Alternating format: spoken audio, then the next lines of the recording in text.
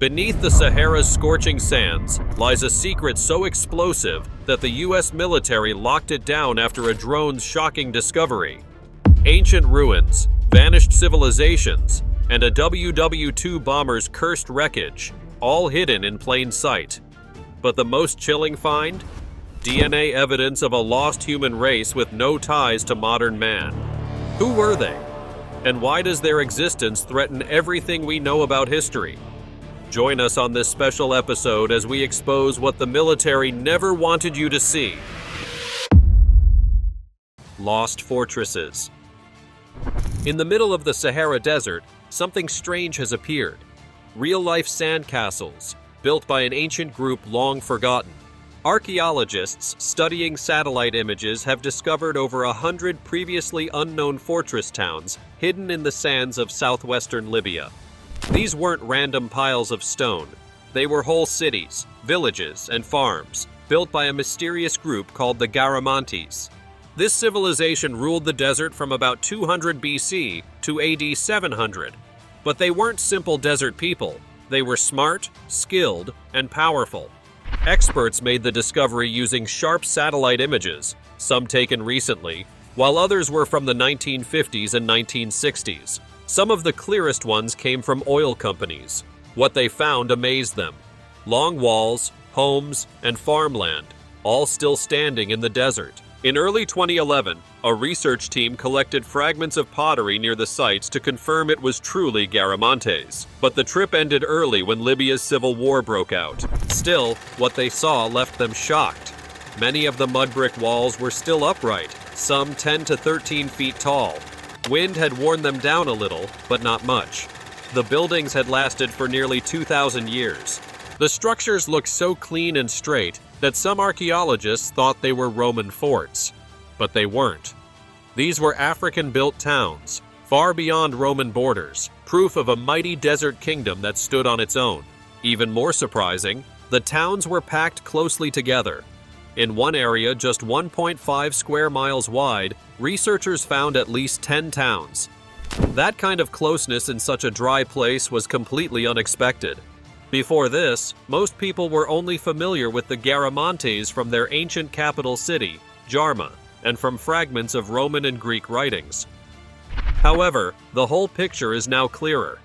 They had their writing, metalwork, and fine clothing.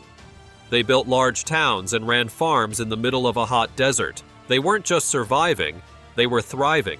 But they didn't do it alone. The Garamantes found a way to bring water to the desert.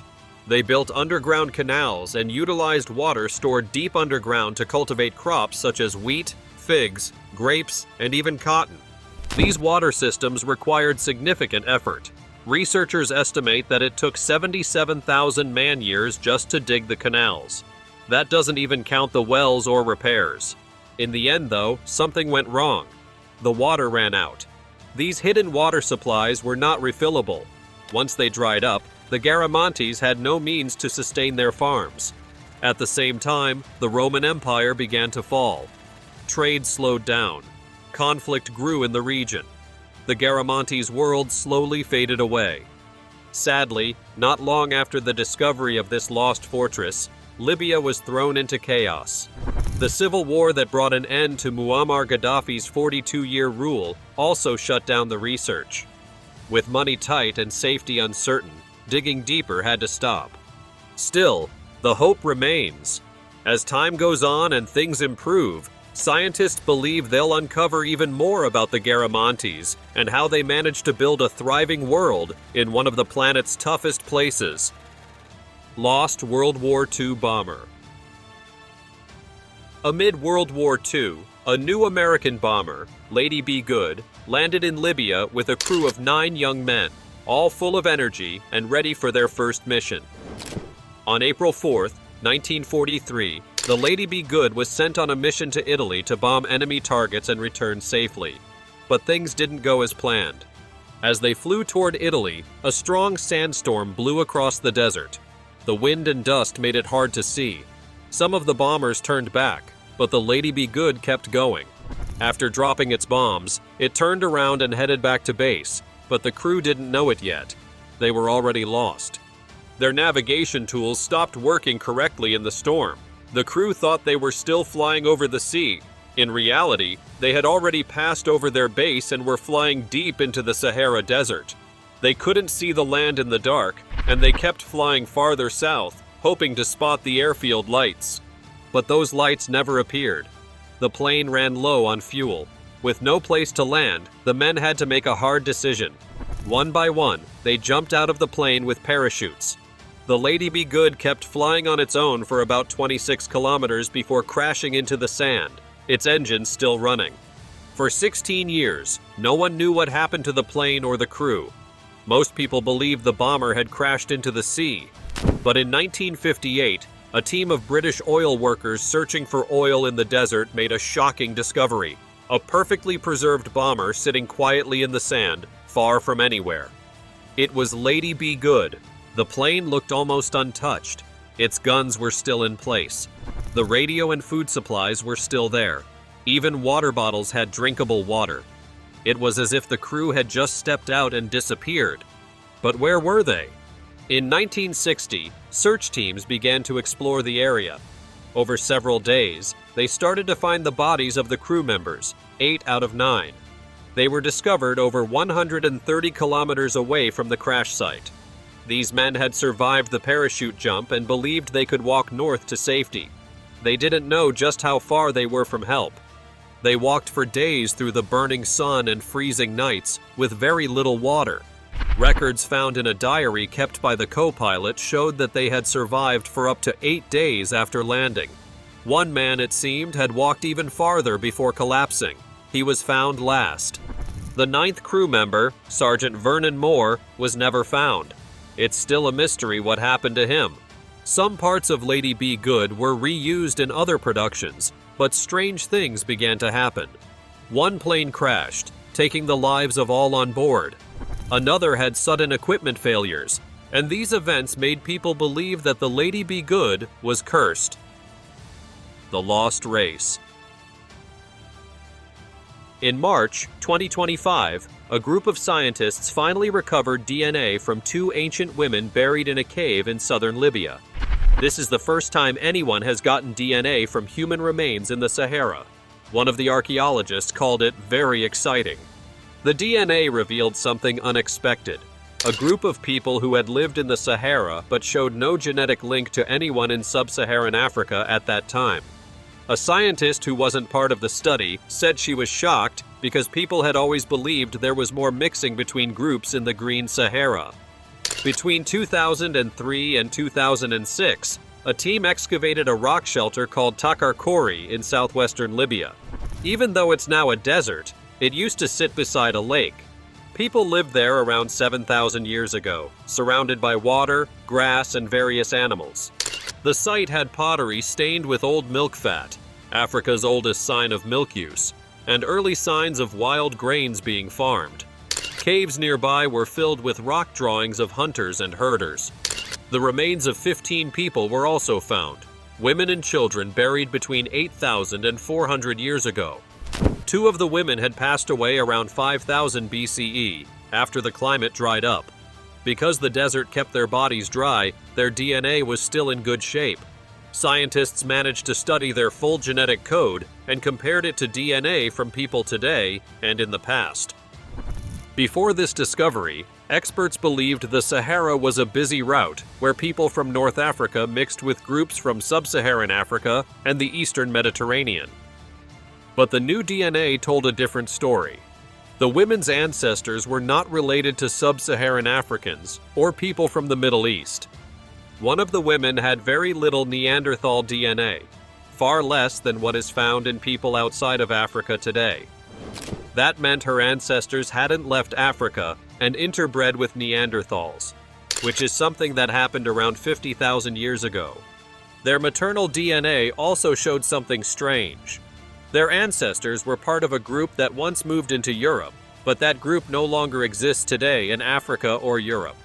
These women came from a population that differed from both sub-Saharan Africans and people living outside Africa. Still, there are puzzles. The pottery they used resembled that found across North Africa, suggesting contact with other groups. But the DNA didn't show any sign of that. Even when new ideas, such as herding animals, arrived in the area, no new people seemed to have come with them. This means the Sahara was a place where ideas moved, but not people.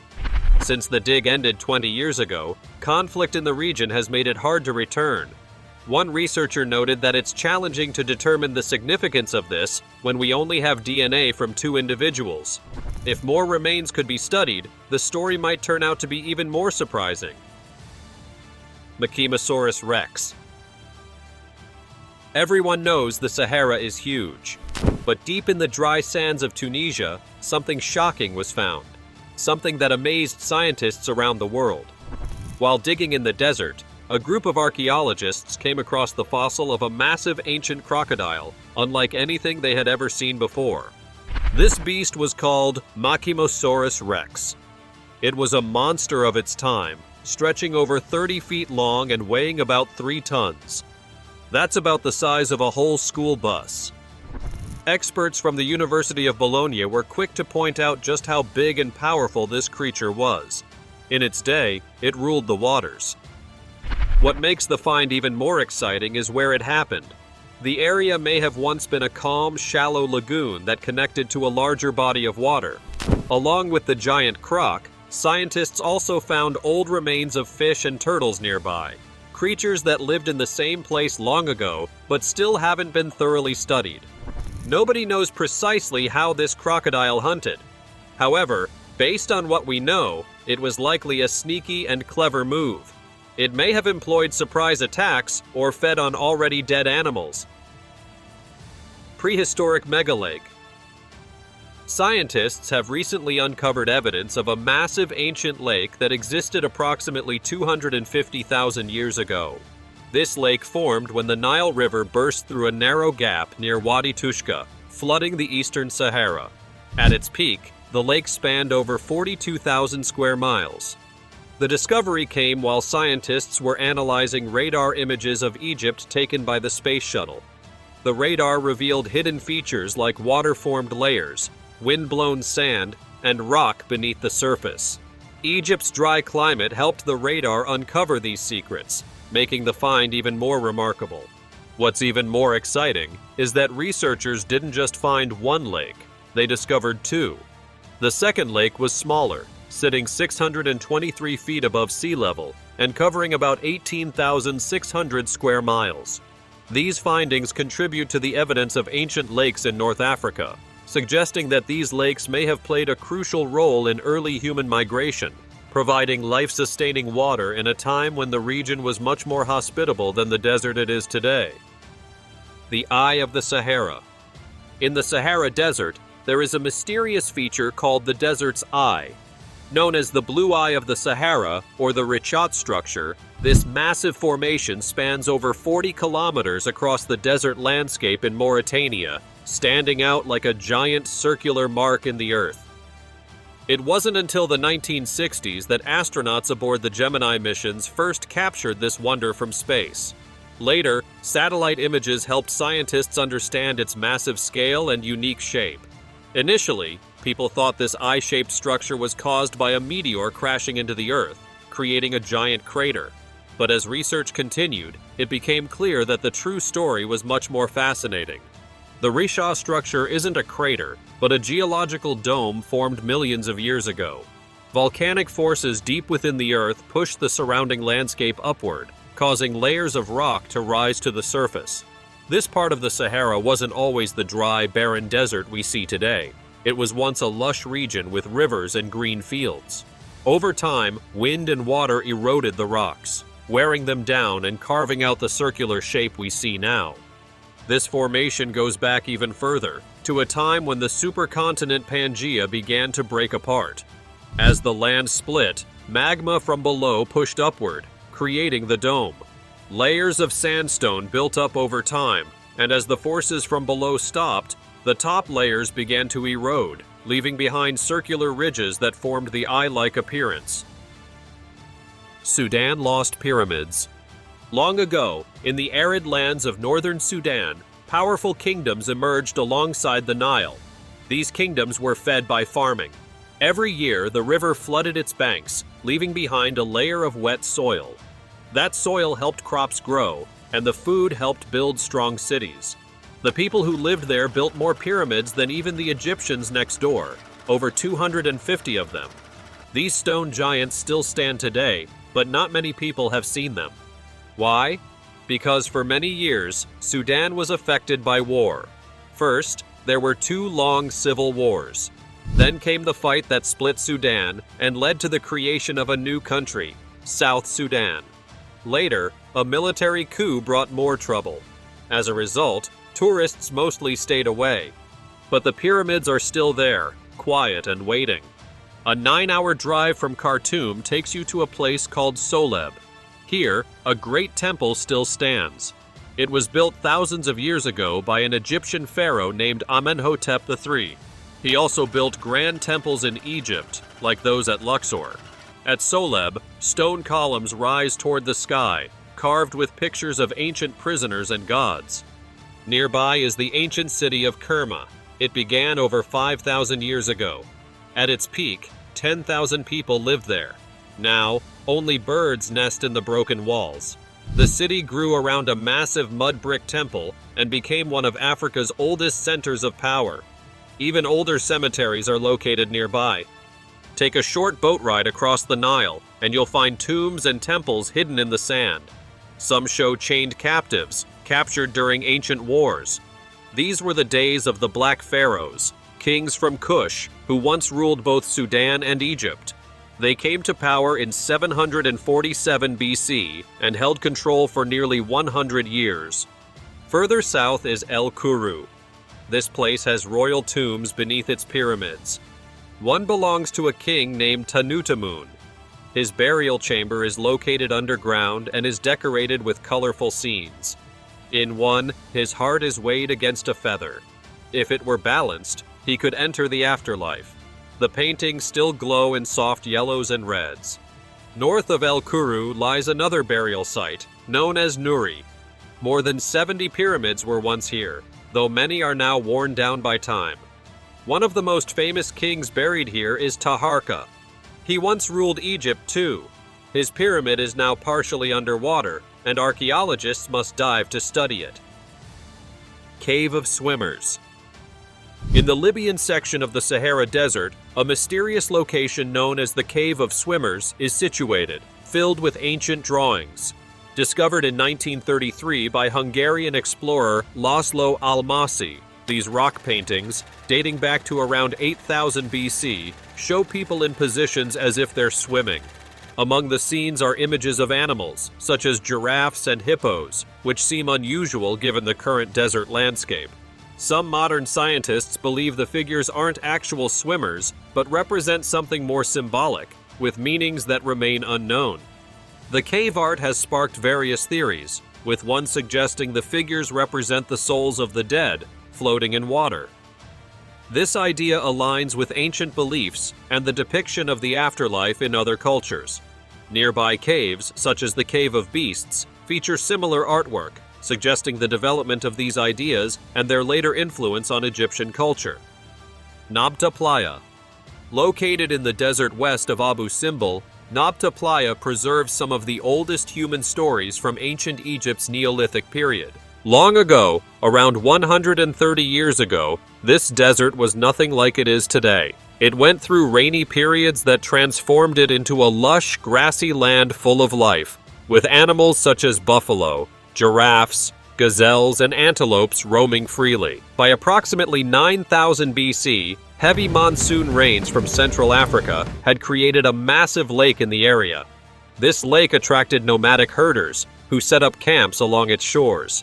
Bone studies suggest they came from sub-Saharan Africa, but their teeth and bones also showed signs of North African traits. By the 7th millennium BC, people began building more permanent homes. They dug deep wells to obtain water and lived in small, organized villages with huts arranged in rows. Sheep and goats, brought from Southwest Asia, made their way here for the first time.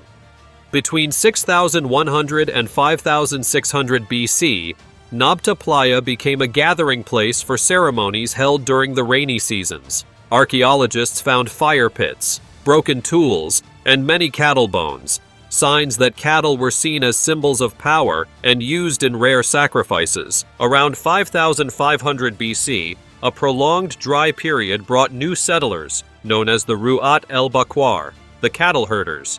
They honored cattle with notable burials in clay-lined tombs covered with stones. Some researchers believe this may have contributed to the early worship of the goddess Hathor in ancient Egypt. By 4600 BC, another group called the Bunat el-Ansalm, the megalith builders, took over. They constructed large stone structures with flat tops, some of which were shaped in ovals, featuring tall stones standing upright. These weren't just decorations. Many believe they were used to track stars or mark important sunrises, like the one at the summer solstice.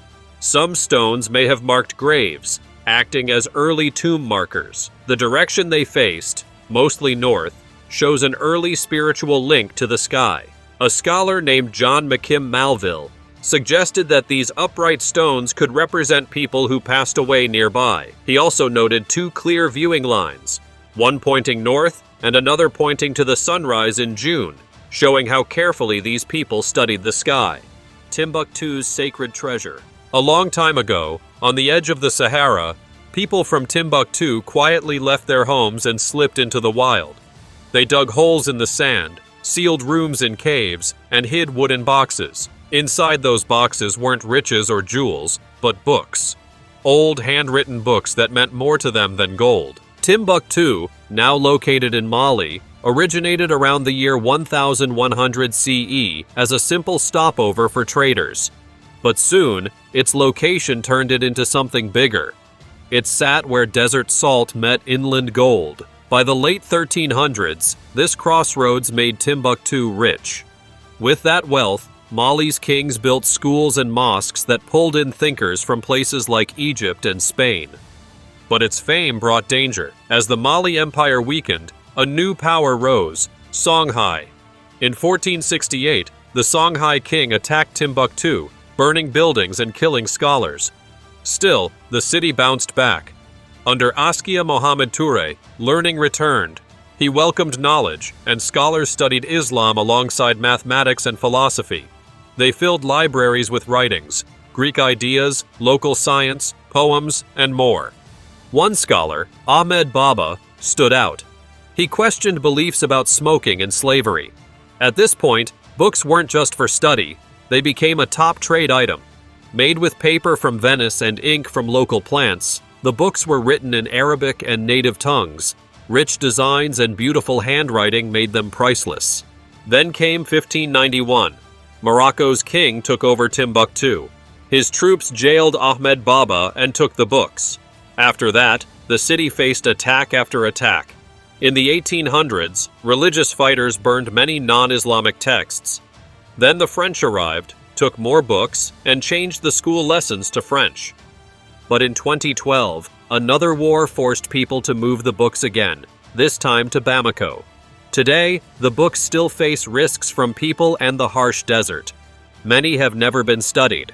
Some are still missing. But inside them is the real story of the region, protected over centuries by ordinary people who knew their worth. Feeding the Amazon plants. Scientists just discovered that the Sahara helps keep the world's largest rainforest alive.